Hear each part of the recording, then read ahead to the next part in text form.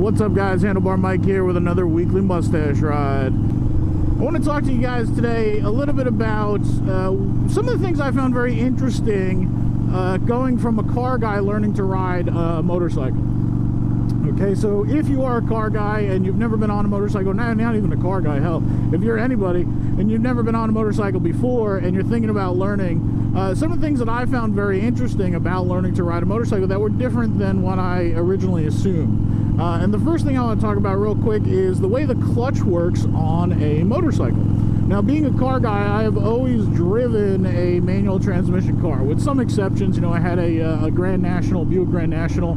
It wasn't offered with a manual transmission, so it had an automatic in it, and a couple of other cars here and there. But for the most part, I always try to go with a manual transmission. So my transition into riding a bike, I thought was going to be pretty easy because I understood how a clutch worked and how to utilize a clutch and a gas pedal to get things going. Okay, the thing that I really found interesting, though, is the way a clutch on a motorcycle works compared to the way a clutch on a car works. A motorcycle clutch is what is known as a wet clutch. So in other words, there's oil all around the clutch, and it's actually made up of multiple layers of steel and friction plates, where a car typically has a single friction plate in the middle of two steel plates that squeeze together, and it's dry. There is no oil. As a matter of fact, you don't want any oil. I had an issue with my rear main seal on my Volkswagen, and I got oil in where the clutch was, and the clutch was slipping because of that. So you don't want oil in a car clutch. Now, what does that do for us? What's the advantage of that here in the motorcycle to have a wet clutch compared to a dry clutch? Well, it allows us to utilize the clutch throughout an entire range without worrying about burning up those friction plates. Now, what I mean by that is, with a car, as soon as the clutch engages and you get going, you don't want to hold that clutch pedal halfway down. You want to kind of let it out and go. Because if you hold the clutch half down, it's going to burn up that friction disc that is your actual clutch. Well, on a motorcycle, especially when you're doing slower speed maneuvers, the wet clutch allows you to actually function in what's called the friction zone. So the friction zone is the point where the clutch starts to transfer power from the motor through the transmission to the rear wheels, and to the end of that range. Okay, so where it starts and then where it finishes. Now, I can actually hold the motorcycle clutch within that friction zone while I'm doing low speed maneuvers, and if I need to gain a little bit of speed, all I need to do is let the clutch out a little bit more. If I need to slow down, I can pull the clutch in a little bit more without affecting my throttle whatsoever. My throttle can stay constant. And this was very hard for me to understand at first because I was afraid of burning up the clutch. You know, again, driving cars, teaching people how to drive stick, cars, I was always worried about people burning the clutch up, and I'd have to replace the clutch at that point. So with the motorcycle, at first it was kind of like, all right, it's engaged, let's let go and go. And I was trying to control speed at low speed, at low RPM with the throttle, and that becomes very jerky, and it is very uncomfortable and very hard to do. Now, it is possible, obviously, to work throttle very sensitively, but as a brand new rider, it was very difficult. So I had to kind of retrain my brain to learn that I can keep control using that friction zone and not worry about burning up my clutch necessarily like I would with a car, which I thought was very interesting. So the clutch is definitely something that if you're a car guy, especially, or girl, I say you guys a lot, or guys all the time. I'm from New Jersey originally. It's a universal term, guys and girls, it doesn't matter. All right, but if you are used to driving a manual transmission car, and then you go and want to learn how to ride a motorcycle, understand that you can play with that friction zone. You can hold that clutch handle halfway and maintain speed in a parking lot situation very easily, and you don't have to worry about necessarily burning up your clutch. Now, you're not going to want to ride it all the time because you can burn it up, and you will, but it has a much more staying power, let's say, than a car clutch does. One of the other things that I found very interesting about learning to ride is counter steering. All right, I assumed that you got on a motorcycle, and if the road turned to the left, you turned your handlebars to the left, and you went. I always thought that's how it was riding a bicycle. You turn your handlebars in the direction you want to go. And what I found is that's wrong. When you're at speed, okay, again, not slow maneuvers at this point. Now when you're at 25, 30 or higher miles per hour, what you really want to do is actually counter steer into a turn. So what does counter steering mean? Well, that means that if I want to go left, I actually have to briefly move my handlebars in the opposite direction of the way I want to go. And this might sound weird. So if I want to go left, I actually push the left handlebar forward a little bit, and what that does is initiates a lean in the motorcycle, and the lean is what's going to take you around that turn. And this was, again, a very strange concept for me, because my brain was like, that doesn't make sense. You shouldn't do that. You got to go right. You turn the wheels right. You know, that's the way it is. Like, I understand counter steering as a theory, especially from cars.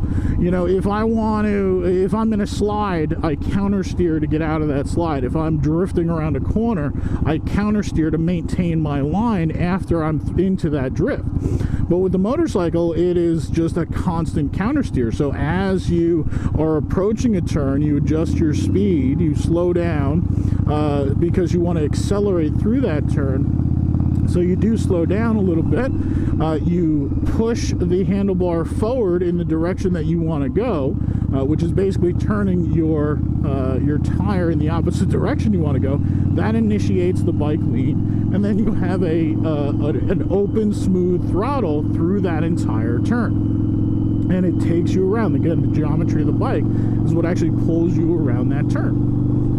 So this was, again, a very interesting concept. You're probably not going to be able to see it much here on this bike as I'm riding it, but there's a great video called Twist of the Wrist 2 that you can find. It's an absolutely incredible video about cornering on motorcycles, and one of the things they do that's really nice is they actually put a pointer on the handlebars onto a gauge on the tank, and you can see the pointer going in the opposite direction of the turn as the rider is actually counter steering or pushing the bars.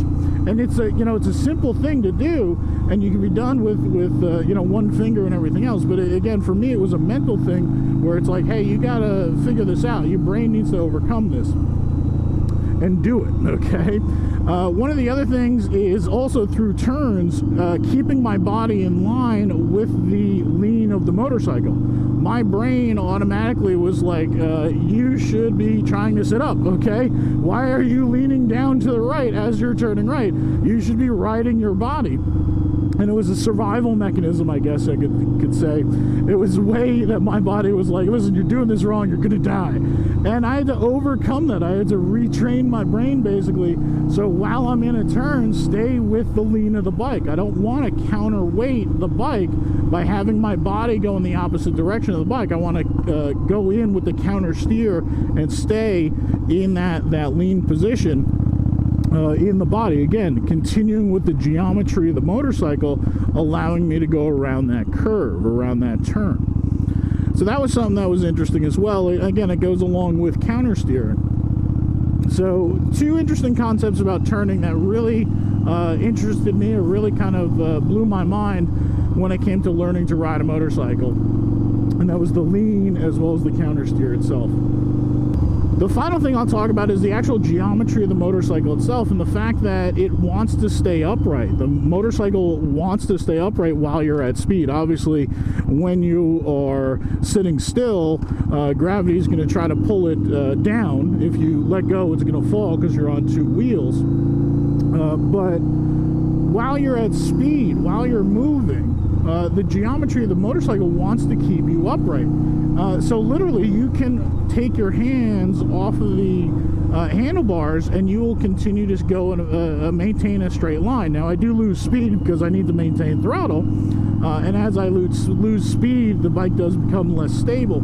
So it's not something I can do unless I had a cruise control, I guess, on my throttle here. But again, very interesting concept. Something that I was interested in trying out. You know, this is something we didn't learn in the MSF class. We learned about the geometry wanting to hold us up, but it's not like we rode around the parking lot in the MSF class, you know, with our hands off the handlebars like this. It was not not something that they told us to do. They told us not to let go of the handlebars.